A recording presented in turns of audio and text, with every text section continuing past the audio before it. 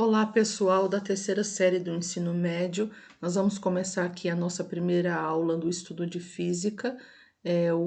O tema é sobre magnetismo, tá? Então, para a gente poder começar a falar de magnetismo, nós não podemos esquecer que o ator principal aqui é o ímã, tá? Então, o que é que são os ímãs? São minerais com propriedades magnéticas, por exemplo, a magnetita, que possui a capacidade de atrair metais. Os ímãs eles podem ser naturais ou eles podem ser artificiais. Os naturais são aqueles que encontramos na natureza e são compostos por minério de ferro. Esse tipo de ferro magnético é denominado magnetita. Bom, aí nós temos um exemplo, tá, da magnetita. Então, aqui está na imagem, tá, que está no centro da tela. E aqui é um exemplo de um imã bem bruto, né? Natural mesmo. Então, e com relação aos artificiais, são aqueles que adquirem propriedades magnéticas ao serem atritados com um imã natural. Então, para eu ter um imã artificial, eu posso ter esse imã através do atrito, mas eu tenho que ter um natural, pelo menos um exemplar de um imã natural, para eu poder constituir um ímã artificial. Aí acontece o processo de imantação, tá? Esse processo de imantação, ele pode ser por indução magnética, né? Quando um corpo neutro imanta-se, quando aproximado a um corpo em contato com o ímã. Pode ser através de uma corrente elétrica, quando o corpo neutro é enrolado por um fio condutor, que percorre por corrente elétrica e torna-se o ímã enquanto existir a corrente, tá? Aí ele vai ser ímã só até enquanto existir o fornecimento da corrente elétrica. A partir do momento que cortar o fornecimento, ele deixa de ser um ímã, tá? E aqui a questão do atrito, ele ao ser atritado, ele imanta-se com outro ímã, que é um ímã natural, né? Faz um atrito de um ímã artificial com o natural para que ocorra esse processo de imantação. E o atrito ele tem que ser no sentido único, sabe? Sempre no mesmo sentido, para que esse ímã ele fique com os polos, né? Com o polo positivo e com o polo negativo, tá? Então, aqui, falando em polos, vamos ao próximo slide aqui, que é este aí, que fala sobre a propriedade dos ímãs, tá? Então, vamos pensar aqui em um ímã em formato de barras, tá? Para ficar mais prático, para a gente poder fazer o nosso estudo. Então, nós temos como propriedade dos ímãs a questão da atração e da repulsão, tá? Então, vamos observar aqui essa barrinha, ó. Nessa barrinha que está ilustrando aqui um ímã, nós temos o polo norte e o polo sul. Todo ímã vai ter sempre polo norte e polo sul definidos, tá? Então, se eu pego um ímã, o polo norte dele, coloco em contato com o polo sul de outro ímã, vai acontecer uma atração, tá? Então, eles vão aqui ficar juntinhos, tá? Aí, se eu faço o polo sul com o polo norte, também acontece atração. Então, aqui a gente pode definir assim: os diferentes eles se atraem. Agora, e com relação aos semelhantes? Se eu tenho polo sul com polo sul, há uma repulsão, então eles se repelem. E polo norte com polo norte também se repelem, tá? Então, aqui as propriedades de atração e de repulsão do ímã vai existir para todo e qualquer ímã, tá? Uma outra coisa que é importante aqui a gente destacar. Se eu pegar um ímã, por exemplo, esse aqui, ó, se eu cortá-lo aqui ao meio, a impressão que nós temos a partir do desenho é que eu vou ficar com o polo sul separado do polo norte, né? Só que não acontece isso no ímã. Acontece uma característica bem diferente, né, em relação aos outros materiais. Quando a gente corta aqui ao meio, ele vira um outro ímã, com o polo sul e com o polo norte também, tá? Então, independente de ser ao meio, aqui a gente sempre coloca a ilustração como cortando ao meio, mas aqui eu posso cortar em qualquer lugar. Vamos supor, se eu chegar com um objeto, um instrumento de corte e cortar o ímã aqui, ó, tá? Eu vou ficar com outro ímã, né, com um pedaço aqui, com o polo sul e com o polo norte. E com outro pedaço que ficou, eu vou ficar com dois ímãs, tá? Um pedaço menor e um maior, um ímã menor e um ímã maior, mas ambos com o polo sul e com o polo norte, tá? E assim, se eu resolver pegar aqui esse ímã e quebrar em pedacinhos, vão ser vários ímãs pequenos, tá? Com polo sul e com polo norte para cada um, tá?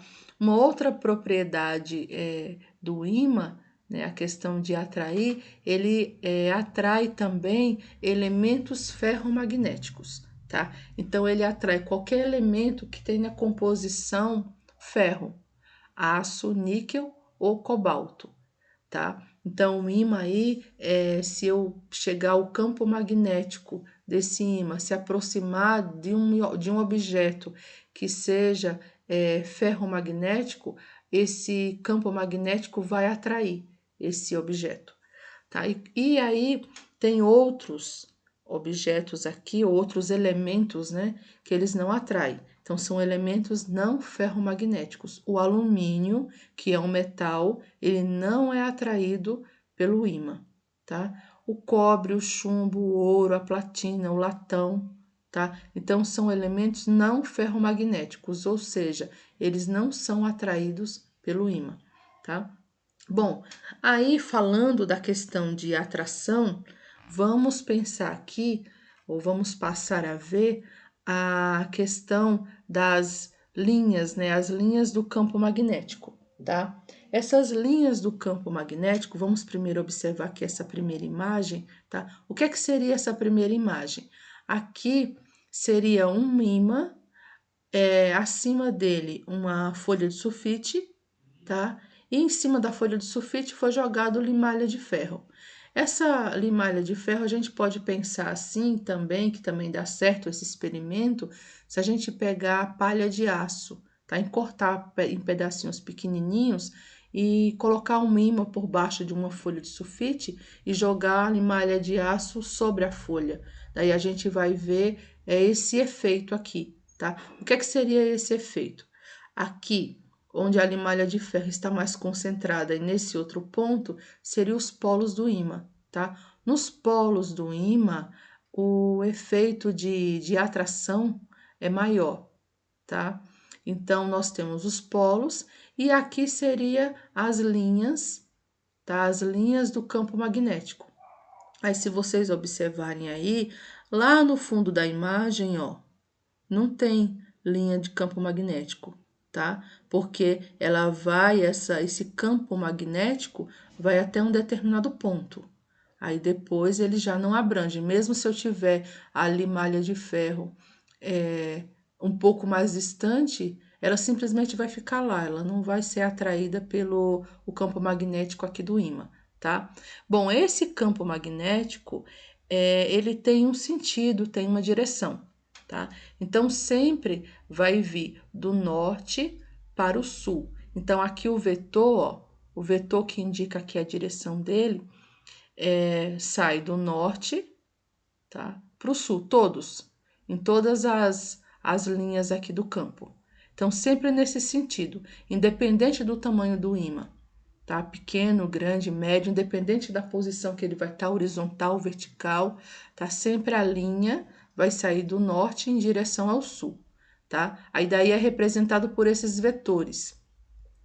Daí, não sei se vocês já ouviram a fala, né, de algumas pessoas dizendo assim: o nosso planeta é um grande ímã, tá? Na questão do planeta ser um grande ímã, ele funciona exatamente dessa mesma forma, saindo as linhas do campo, saindo do campo magnético, saindo do norte para o sul.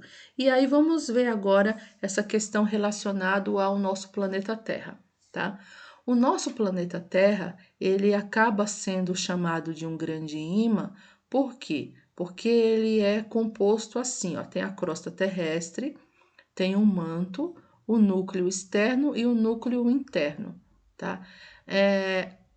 além de outras substâncias, tá? Mas aqui em relação ao núcleo externo e o interno, a substância primordial é o níquel e o ferro, tá? Esse níquel e o ferro está a altíssima temperatura e aí está em movimento, tá? Por conta desse movimento e por conta de ser níquel e ferro, daí acaba gerando um campo magnético em volta da Terra.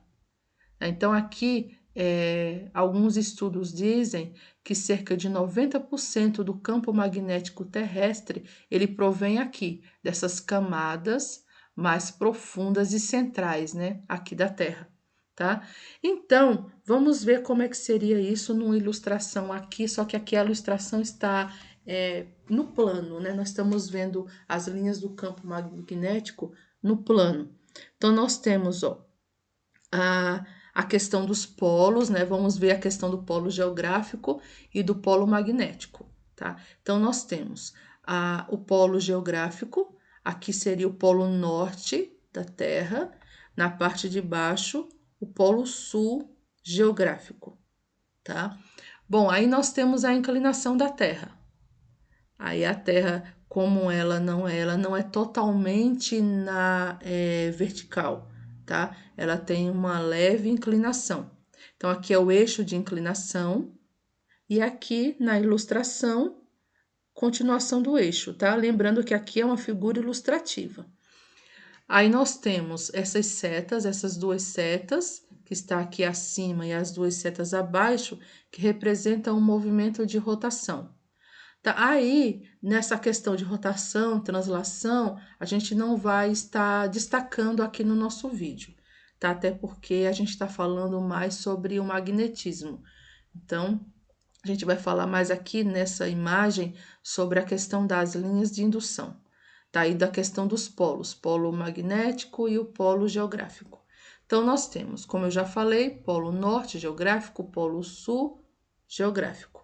Aí, quando a gente fala de magnético, vai ser o inverso, tá? Então, o que é polo norte geográfico vira polo sul magnético. Mas aí a gente tem que ver que o magnético, ó, o eixo do magnético, ele passa mais verticalmente do que o eixo de inclinação da Terra, tá? Então, aqui nós temos o polo sul magnético e o polo norte magnético. Então, quando eu falo de polos, eu tenho que tomar cuidado se eu estou falando do geográfico ou do magnético, tá? Porque o geográfico é o contrário do magnético, tá? Então, aqui o que é que acontece, ó? Essas linhas de indução, tá? Ou linhas do campo magnético, elas são sempre relacionadas aos polos magnéticos, tá? Então, eu tenho aqui o polo norte magnético, aí nós temos os vetores, ó. Os vetores que vai tendendo para o polo sul, tá? Aí, lembrando, quando eu falo essas linhas daqui do campo magnético, ela vai do norte para o sul, se estiver falando na parte externa do ímã. Quando eu falo da parte interna do ímã, ela vai do sul para o norte, que é para completar aqui o movimento, ó. Vamos pensar aqui, vou seguir essa setinha. Então, ela está indo do norte para o sul, do norte para o sul. Quando ela chega aqui no sul, ela vai do sul para o norte, tá? Só para completar aqui a sequência do movimento dela, tá? Então, aqui, eu tenho que lembrar que isso, aqui a gente está vendo planificado, mas isso ocorre como o nosso planeta é uma figura geométrica espacial, tá? Então, isso não ocorre no plano, isso ocorre no espaço, tá? Então, vamos ver agora a próxima imagem relacionada à questão da bússola, como que a bússola funciona em meio a tudo isso, tá? Aqui é a mesma imagem, eu só coloquei a bússola no local do nosso planeta, tá? Aqui, ó, só vou dar uma afastada para vocês verem, é a mesma imagem, tá? Aí aqui o que acontece, ó, a bússola, o norte dela, o ponteiro aqui, que aponta para o norte, sempre vai coincidir com o norte geográfico da Terra, tá? Então, é algo que tem que ficar bem definido. O norte da bússola vai para o norte geográfico da Terra. E daí, com isso, o norte da bússola vai para o sul magnético, tá? Então, por como tem essa questão do contrário, por que que é o contrário? Porque aqui se colocasse sul com sul, norte com norte, o que é que ia acontecer? Não tem a questão que os opostos se atraem, né? Então, o polo norte geográfico casa aqui com o polo sul magnético, tá? Para ficar mais fácil para a gente poder memorizar. O polo norte geográfico casa com o polo sul magnético, tá? Então fica sempre a questão dos opostos aí, para ficar fácil da gente fazer a memorização, para na hora de responder as questões ser mais rápido, tá? Bom, então já vimos aqui com relação à bússola. O ponteiro norte da bússola sempre vai apontar para um norte geográfico, tá? Agora, na próxima parte, a próxima imagem aqui, tá? Que é só para a gente poder concluir essa parte dos polos magnéticos da Terra. Então, eu tenho, ó, como o nosso planeta é um grande ímã, então eu tenho sul magnético, norte magnético. Então, aqui em cima vai ser norte geográfico e aqui abaixo sul geográfico, tá? Aí, como é que vai acontecer aqui com a questão das linhas do campo magnético? Ela vai sair do norte em direção ao sul. E aí, a pontinha do norte dela, tá? Que vai ser sempre que o norte é sempre indicado pela cor vermelha. Então, a pontinha do norte vai estar indo em direção ao sul, tá? Então, vamos supor que aqui fosse o ponteiro de uma bússola, tá? O ponto de uma bússola. Então, eu tenho, ó, o norte, tá? Que é o vermelho, indo para o sul, tá? Então, essa parte aqui do magnetismo, e uma outra coisa que é importante, a mesma forma de representar as linhas de campo, a forma de pensar aqui, se de um ímã pequeno, uma barrinha pequena qualquer, é a mesma forma da gente pensar aqui da questão desse magnetismo para o campo aqui magnético da Terra, tá? Então, o processo aqui de norte para o sul é o mesmo. Aí vamos para a próxima imagem, então. Essa próxima imagem eu só coloquei porque ela é semelhante às outras que a gente já viu agora, tá? Só coloquei para a gente observar a questão dos meridianos. Então, aqui eu tenho o eixo meridiano magnético e esse azul é o eixo meridiano geográfico, tá? E há uma diferença. Se vocês observarem aqui, como a Terra está inclinada, há uma diferença. Essa diferença, esse ângulo aqui, ele recebe um nome, tá? Este ângulo, ele é a declividade magnética, tá? O nome que ele recebe. Então, todas as vezes que a gente for observar e apreciar essa questão, dessa diferença entre o meridiano terrestre e o meridiano geográfico e o meridiano magnético, a gente sempre vai ver que essa diferença de ângulos aí em relação aos meridianos chama de declinação magnética, tá? Bom, aí vamos pensar se por um acaso não tivesse esse campo magnético aqui em volta da Terra, o que é que poderia acontecer com a gente, né, com os habitantes aqui do planeta? Então, aqui é uma ilustração para vocês observarem a questão do campo magnético da Terra, mais uma vez, e a questão do Sol, tá?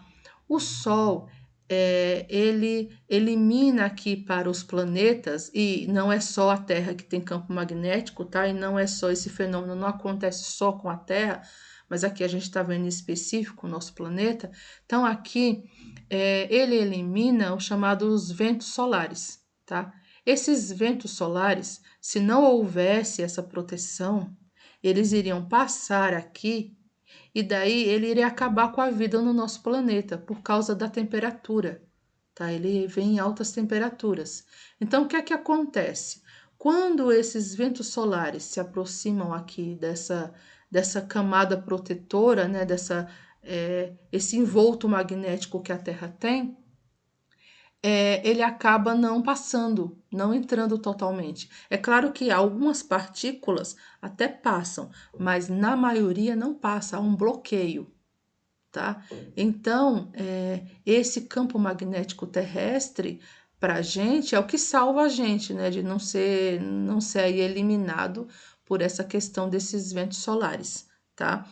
Aí, as partículas que passam, tá? Que conseguem penetrar aqui no nosso planeta, elas são vistas ou são observadas aqui no polo norte geográfico e no polo sul geográfico. Tá? E aí, a esse evento, né, de partículas, esse show que essas partículas daí na camada atmosférica, dá-se um nome, tá? Então, aqui vou passar para a próxima imagem para vocês verem, ó, nesta parte, tá, do planeta Terra, que seria o norte geográfico, e nessa parte aqui de baixo acontece um evento chamado de aurora boreal e a aurora austral, tá? Esse evento que acontece na verdade, é um show de luzes provocado por essas partículas que conseguem penetrar essa nossa camada magnética aí, tá? Então, vamos ver aqui algumas imagens da aurora boreal e aurora austral, né? Dizem que esse fenômeno aqui é um dos fenômenos mais bonitos da natureza, tá? O céu vai mudando de cor, vai ficando de vários tons, tá? Eu trouxe duas ilustrações, esta e esta, para vocês verem, tá? E daí isso não acontece sempre, não. Acontece por períodos, tá? E as cores, elas não são fixas, elas vão mudando, tá? E daí, deixa eu voltar aqui só para vocês compreenderem na ilustração, a aurora boreal, tá? Dá-se esse nome para o fenômeno de luzes que acontece aqui em cima, tá? Para quem está aqui nessa região do planeta, tá? Para quem está nessa parte do planeta aqui, que consegue ver, né, esse show de luzes, o nome que é dado, né, é aurora boreal, tá? Para esse show. E quem está aqui nessa parte do planeta, aqui abaixo, o nome que é dado para esse show de luzes é aurora austral, tá? E ela só acontece por conta dessa passagem de partículas solares aí que conseguem aqui ultrapassar a nosso campo magnético, tá? Eu falo nosso assim, o campo magnético da Terra, né? Não é bem nosso. Tá? Então é isso, gente. Então, por enquanto, fica por aqui essa nossa primeira aula, tá? E daí, na segunda aula, eu irei falar sobre as questões, os exercícios propostos, tá? Como primeira atividade avaliativa. Então, gente, boa sorte para vocês e até a próxima.